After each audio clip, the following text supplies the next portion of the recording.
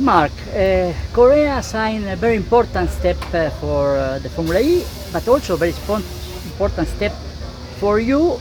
But we can begin to speak about the most important city at the moment, that is the championship. Yes, indeed. What do you think about these two races?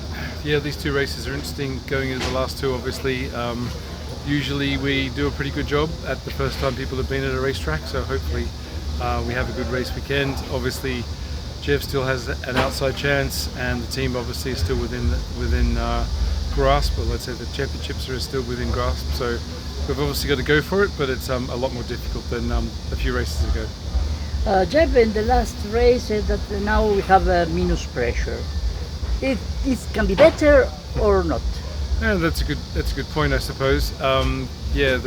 Certainly it's Mercedes to try and take away from us again this year, but we've got to push quite hard, and well, it'll be interesting, especially with the weather. The rain's obviously been raining here a lot in Seoul, so anything could happen in that situation.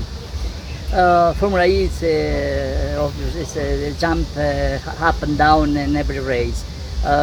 So I think that possibilities can be really in any case. Yeah, especially the rain. It's obviously we've seen some quite bad floods here in Seoul over the last few days, so it's always possible that, you know, raining qualifying or something like that, a crash here or there in the race, and then all of a sudden the whole thing can change. In the cars for this race, has been made some special job, or the job of every race? Just really the job of every race. You know, a lot of preparation by the drivers and the engineers.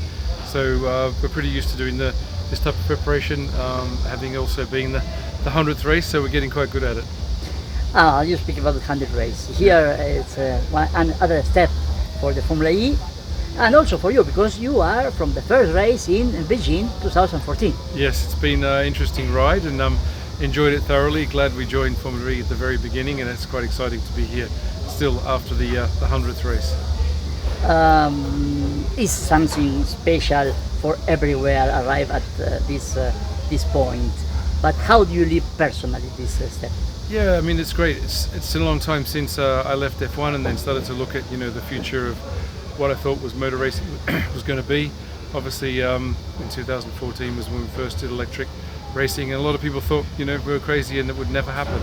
So it's pretty exciting to actually get to the 100th race. It proves that we were right, and obviously, you know, over the last few years there's been so much change in electric vehicles that I'm glad we've sort of come through the early adopters to maybe the valley of death, to now obviously EVs really taking off. I can say that also I received these critics the same, because you know.